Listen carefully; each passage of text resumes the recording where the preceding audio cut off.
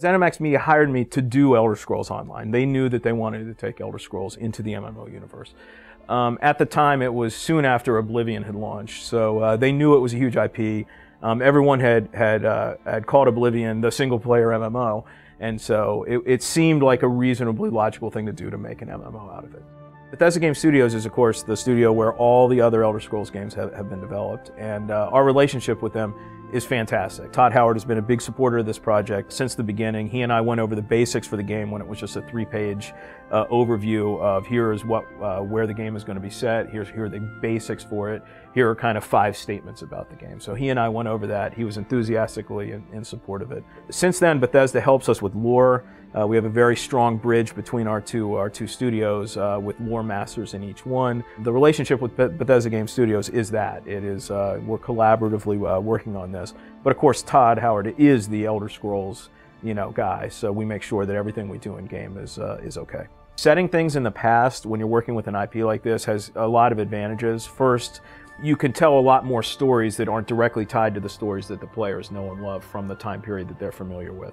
So the classic example of this is Knights of the Old Republic in the Star Wars IP, where you can go back and you tell a story with factions that you know, races that you know, parts of Tamriel that you know, but no one knows really what happened in the Second Era because no one has experienced that in a game yet. So it gives you all of the characters and all the features, but none of the stories. So it was kind of a blank slate for us in that sense. The vision for the game kind of came together very quickly, and that was we have this awesome player versus environment experience that we're getting from Oblivion and now Skyrim. We don't want to change that. We want to have an awesome, everywhere I go I find something to do, I can discover, I can explore, interesting stories, interesting characters. Like, that comes with the IP, so we wanted to make sure we have that.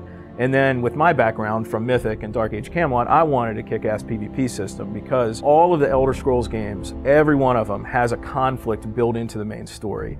Well, in Elder Scrolls Online, you can actually be one of those factions and actually join in the fight against, in a war situation between the different alliances. We knew we wanted to put parts of all of the provinces in the game, so that you could explore at least a little piece of every province. That kind of drew the boundaries for what we were going to do. And from that, it was, well, looking at the map, where would the alliances form, where would be logical places for the races to coalesce into alliances.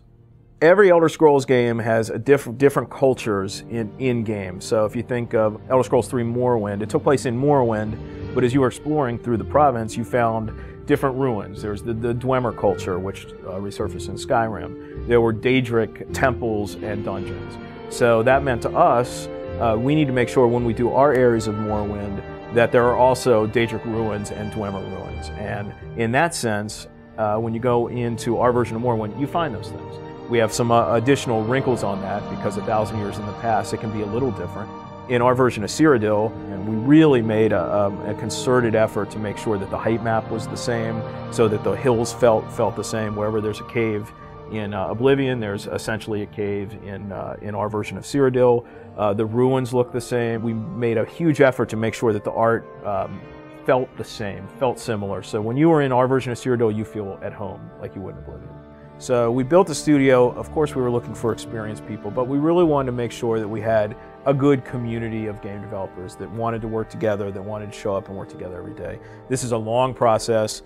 Tempers get short sometimes, believe it or not. There's lots of arguing. You want to make sure that you have that group of people that is capable of doing that. The core group has been here for a long time, very strong, and now we're at the point now where we're growing to maximum capacity to get the game going now that it's in production. It has been somewhat of a challenge finding experienced MMO developers because, of course, they're hugely in demand right now all over the world. And but we've gotten a really strong group, and we're really happy with it. So the naming it actually proved to be somewhat of an exercise, and we started with Elder Scrolls Online. Then we came up, especially after determining that the game was going to take place 1,000 years before, with Elder Scrolls Origins. The problem with Origins is when we start to do expansions and think about things in the future, that name just doesn't really make sense. You know, the Elder Scrolls Origins second expansion, it just doesn't make sense. We did consider other names. The marketing guys, Whiteboard is full of names that failed to make the cut. Tamriel was definitely on that. Empires was on that. So really, we just went back to the easy decision, which is it is the Elder Scrolls Online, and with no colon. Just Elder Scrolls Online, nice and easy. The title says it all, and we go from there. So in my mind, there are gamers. Like there are, of course, Elder Scrolls players who have never played an online game, but there are many, many millions of Elder Scrolls players that have played online games. So kind of the rift between the two groups is between online gamers and single-player console RPG players. That is growing very small. We make it accessible to Skyrim players, for example, who have never played an MMO. So they get into the game, they see a smaller interface than a traditional MMO. They see an awesome-looking world that looks, feels like it belongs in the Elder Scrolls IP. A quest system, which is very similar. They get a compass on screen that points them to content. It feels familiar. Of course, they're doing this with other players in the game. So the other players in the game, to them, will feel like the followers that they had in Skyrim. It'll feel like the crafter, the shopkeeper in Skyrim could very well be a guild member who's crafting something for him in the online game. So the analogs are all there, and it's just making sure that they all fit in a way that everyone understands.